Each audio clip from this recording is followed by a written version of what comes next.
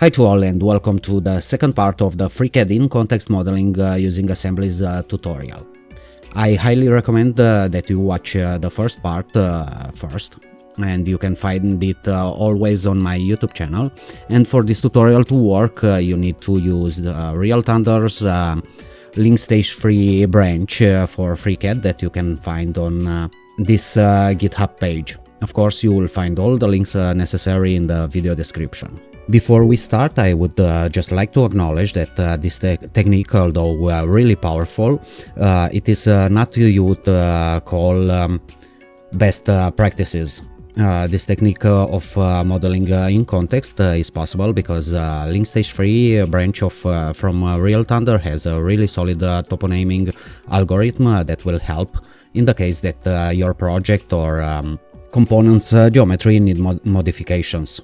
If you would like to do things by the book, the best practice would be to use spreadsheets for dimensioning and datum planes. One important thing to understand for this tutorial is the concept of containers. To start, we have the part design body container, and the part design body is the base element to create solid shapes with the part design workbench. This container can contain sketches, datum objects, and part design features. The part design body is a specific container used by the part design workbench intended to model a single contiguous solid in the case of FreeCAD Master, but this limitation was removed in LinkStage3 by the means of part design features. But what we are interested in now is the part container. And if I open the link for this spindle, which is a part, I will go to the linked object, and we see the spindle part container, which is this icon here in yellow. I will tell you that that part is a general purpose container that keeps together a group of objects so they can be moved together as a unit in the 3D view. The standard part element was developed to be the basic building block to create mechanical assemblies, and this is really important. The standard part provides an object origin with local X, Y, and Z axes, and we can see it in here, and standard planes that can be used as a reference to position the contained objects. In addition, the standard part may be nested inside other standard parts to create a big assembly from smaller subassemblies. So it is important to not confuse the part design body with the part container. The first one is a specific object used in the part design workbench intended to model a single contiguous solid by the means of part design features. On the other hand, the standard part is not used for modeling, just to arrange different objects in space with the intention to create assemblies. Now, with some basic concepts out of the way, let's start to learn by doing. This being said, you can see that the part container and the assembly container are two really similar containers, but at the moment let's just say that they have different properties. To further understand what we are out to do here, let's take a look at our project pyramid. At the moment we have built our Z-axis components assembly, which is this rectangle here, and this Z-axis components is built by using links of the various components at the base of our project. Our intent is to model the steel frame around this assembly, referencing geometry and dimensions from here. Later, we will build a top assembly out of these two components, and this top assembly we will name it perhaps simply Z-axis, and for our convenience, at this stage of the project, these two components here, we will place them inside a part container, which will give us a coordinate system and a origin. So let's simply start by creating a new part container. Inside this new part container, I will create my steel frame geometry. This steel frame geometry is itself composed of different bodies. There will be a front plate, side plates, top and bottom plate. So to conveniently place all the bodies in 3D space, I will create yet another container, part container, and I will rename this container as steel frame. And it is this rectangle, it is represented by this rectangle here. This steel frame will contain the various bodies that will form the various plates for our frame, and to be in the same coordinate system, I will drag my z-axis components assembly inside my part. And now we can finally start modeling. What I want to do now is to reference the geometry or the attachment points that I'm interested in to help me build the z-axis frame, steel frame. And I will select this geometry. And notice how in the tree view none of the containers are active. You can right click and toggle the active part or toggle the active body to be sure that none of the containers are active. Let's just quickly reselect the geometry.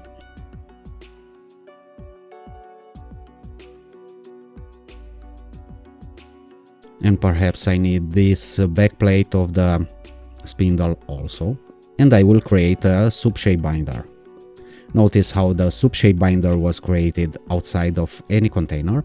What I am interested in to bring this subshape binder inside my steel frame part container. So I will drag it inside here. And now having this subshape binder, we could even hide our assembly because we have all the reference points that we needed inside this subshape binder. I will go to my steel frame part, right click, toggle active part.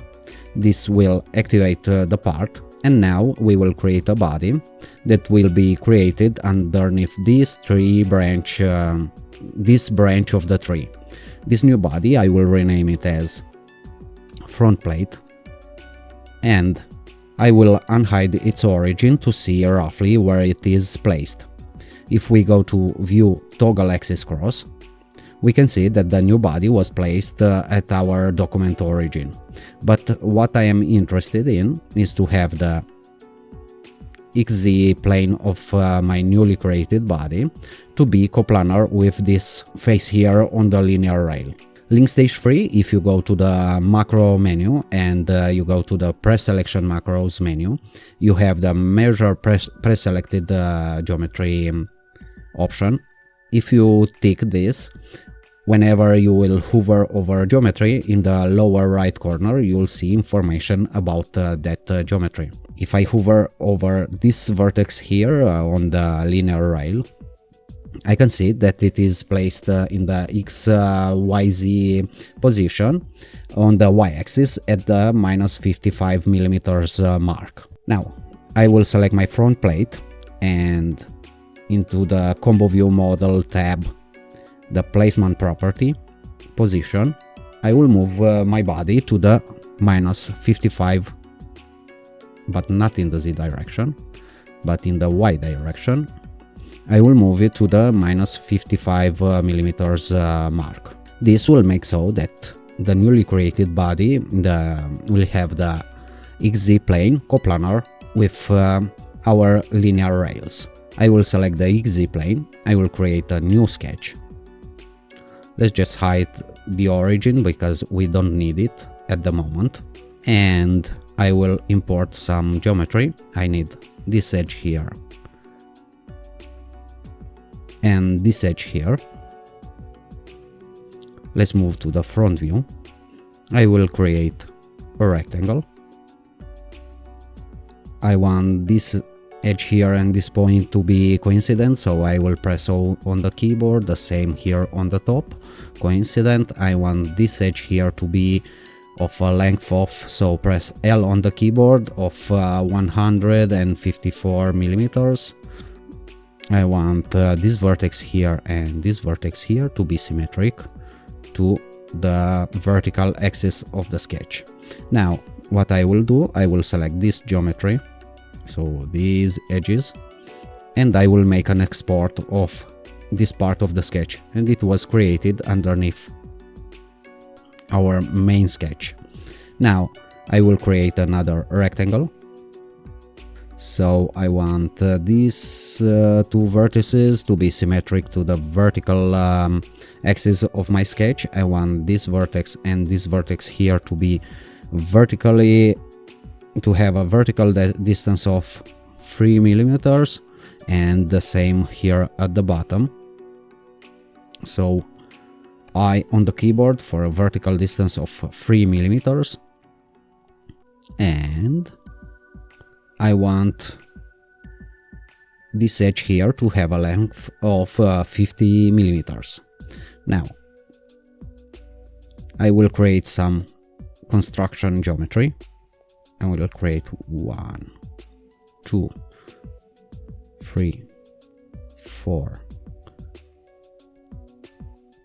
5 edges. I want this one to be vertical, so I want this edge here, this one and this one to be equal, and they will be 50 millimeters. This vertex and this one to be horizontal, and this one to be horizontal. I forgot to do one thing. I will export this edge, this edge, this edge, and this edge here as a subsketch, and we can see it here. Anyway, getting back to our construction geometry, we have these two edges that are equal to the edge on the lip here, and I want this edge here, this one and this one to be equal. What I want to do is to have a 3 millimeters distance between these two vertices, so L on the keyboard for a 3 millimeters distance. I will create now two regular geometry rectangles by hitting this vertex here. Okay, so this vertex here. Escape to dismiss the tool, select this one, and vertical sketch axis, S on the keyboard for a symmetry constraint. The same underneath it, S on the keyboard for a symmetry constraint, and I want this one and this one to be coincident, so C on the keyboard, this vertex and this vertex here to be coincident, so C on the keyboard. And we have a fully constrained sketch, but I also want this geometry here that I'm selecting now. So we have one rectangle, let's select the second one, to be exported as another subsketch, and I will do this just now. Let's close the sketch. I will select my first export. I will pad it for 3 millimeters. Hit OK. The same with the second export, pad 3 millimeters. Hit OK. And the same with the third export, pad.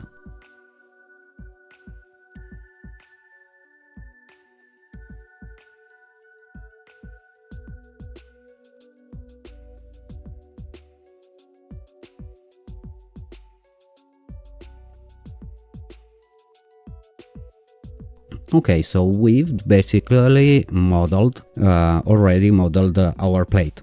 Now we need to reference the holes on the linear rails. So I will hide the geometry of the front plate for a second and select the holes on the linear rail. With all the holes selected, I will unhide my geometry. I will pocket. 5 millimeters is enough. Hit OK. And we're pretty much done. Now I want to reference the holes on the back plate of the spindle, so I will do just that. I will pocket them, reversed, OK, and we've just referenced all the holes on the spindle. Because ours it is a in context and parametric model, I will do an experiment right now. We know that we've referenced the geometry of the spindle's backplate. Now, what it will happen if we move the spindle inside our z-axis assembly? So, if we go to our z-axis assembly, the constraint that we've used to place the spindle was a attachment constraint. If we select element 30 here, and I will move it perhaps in the z direction by For example, just to see what happens at the 31mm mark, the document will recompute, but the holes are left where they are. It is enough to right click here and recompute object, and you will see how the holes now follow the new position of the spindle. Let's replace the spindle in its correct place by selecting the element that drives its position. Let's put it at the -31mm mark.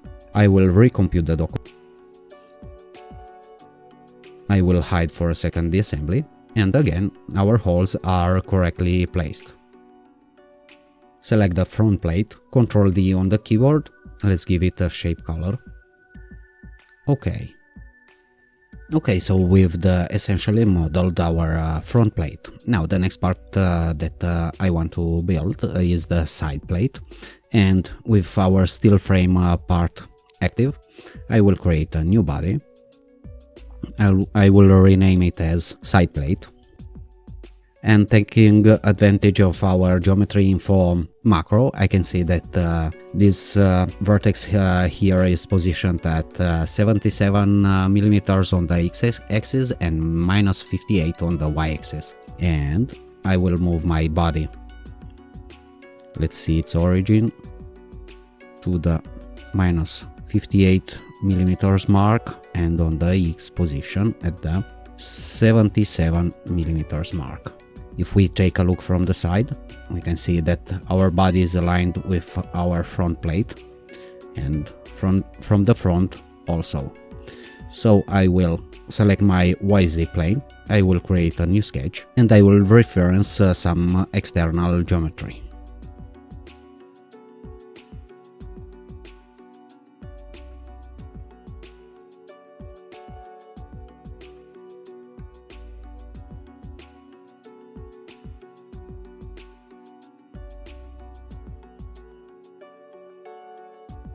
So as before, I have drawn my sketch and exported some sub-sketches. I will close it, select my first export, pad it for 3mm, hit OK. I will select my second export and pad it for another 3mm, hit OK. And what I want to do now is to create the reliefs for these small wings here. I will hide for a second my side plate. I will select this face here on the front plate and this face here on the front plate. I will create a subshape binder that will be created underneath our side plate here. Let's unhide the geometry, select the subshape binder. I will do a pocket. Hit OK. Perhaps give it a 0.1mm fit tolerance with a intersection joint type.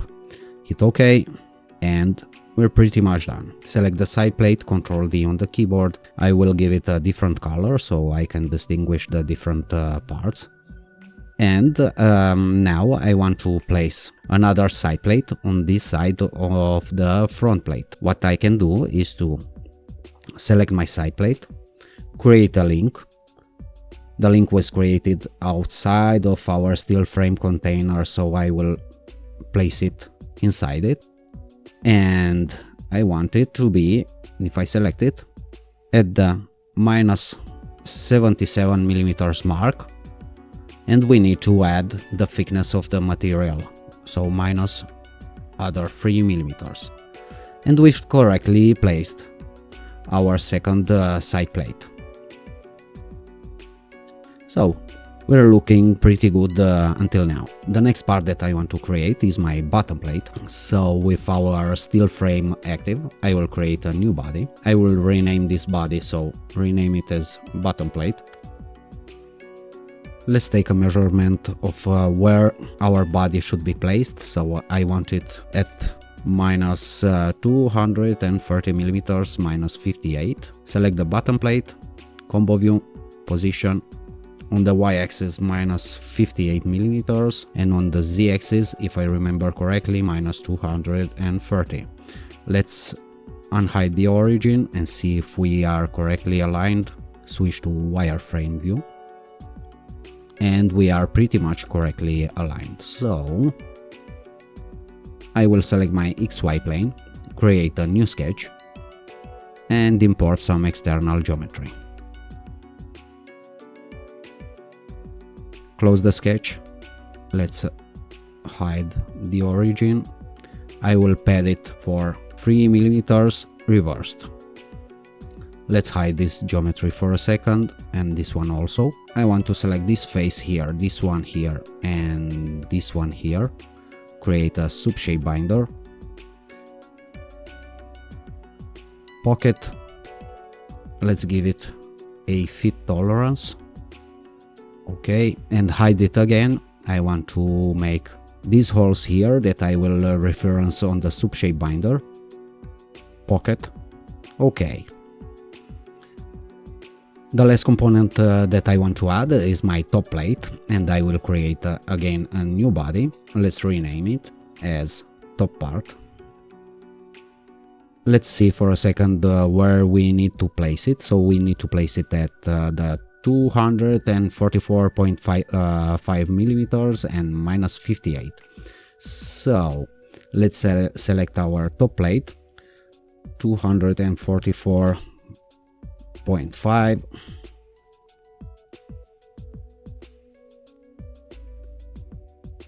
And again on the y-axis minus 58. Now I will select my XY plane, create a new sketch, and I will start to reference some external geometry.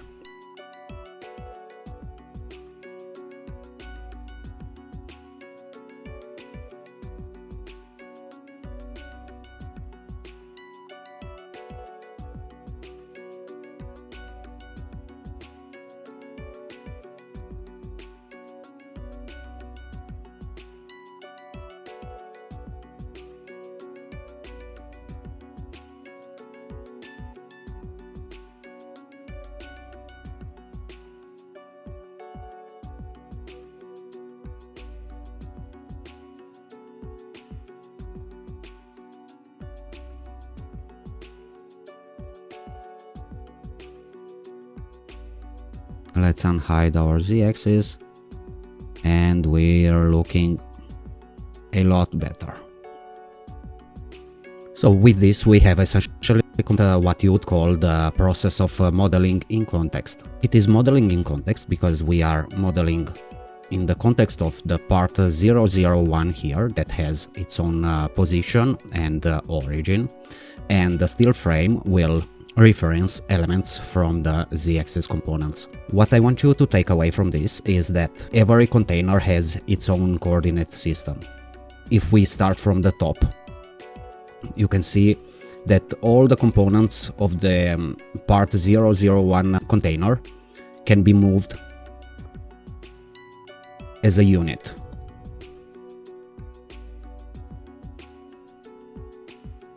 If I dismiss the tool and I select, for example, my steel frame, I can see that its position is calculated at the origin of its containing container. The same is true for the z-axis components assembly here. You can see that its position is at the origin of the part 001 container. If, for example, I move my steel frame in the x direction for 10 millimeters, and wait for the document to recompute, notice how the steel frame correctly references the position of the z-axis components that have remained at the 0 millimeters position or origin of our part. Again, I will select my steel frame, reset its position, and wait for the document to recompute. Notice how the steel frame correctly references the position of the z-axis components. Now, by creating another assembly, this top level assembly, and using these two components that are called the z-axis components here and the steel frame here, using these components to create a top level assembly using the assembly free workbench, will essentially be what it is called separating the process of modeling from the process of assembling. So, move to the assembly free workbench. We will create a new assembly, making sure that nothing is active. So create a new assembly. I will rename this assembly as Z-axis final. I will select my steel frame and my Z-axis components. I will create links out of them. And I will move these two links inside my Z-axis final container assembly. The two links were moved into the parts 3 branch. And now notice how this assembly can now be moved as a unit.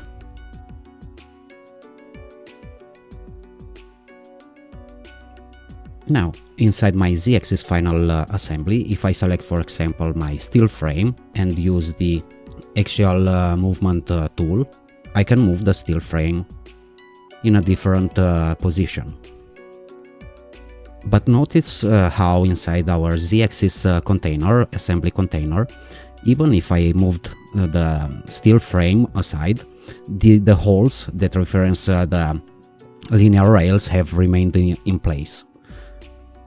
But if in my part container, which is the modeling in context process, if in my part container I move the steel frame, again, just as an example for 10 millimeters, and let the documentary compute, you will see how changes are reflected in the top level assembly.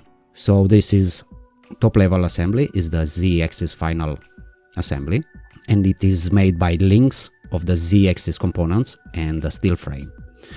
This red part here is what you would call the modeling process, and we have used a part container to have a origin and axis planes. And after we have modeled this, we have separated the modeling process from the assembling process by creating a new assembly called Z-axis final. And inside this new assembly, all the changes that we will make in the linked components will be reflected. Let's reposition our steel frame in its place. So at the origin of our part 001 part container, let the documentary compute, and just finalize our Z-axis final assembly. What I will do, I will first select this face here, and I will create a locked constraint, and with the essentially locked in place this link for the Z-axis components. Now I want to place my steel frame in its correct position attached to this Z-axis components subassembly. To do this, I could, for example, use this circular edge here and this circular edge here. I should perhaps select them both at the same time. And I will use the attachment constraint. And this is it. As an assembly, this Z-axis final assembly is completed. If we take a look at the report view, we have 0 degrees of freedom left. What I want you to take away from this tutorial is how we have separated the in-context modeling process from the final assembly process. With this done, now this Z-axis final assembly can be used as a link inside other top assemblies. So if I select it, select your Z-axis final assembly, go to your top level assembly file, create a link, and now this link can be used for other purposes. So this was a lengthy tutorial. Thank you so much for staying till the end. If you appreciate my work, please support me at the links in the video description. Thank you, and I'll see you in the next one.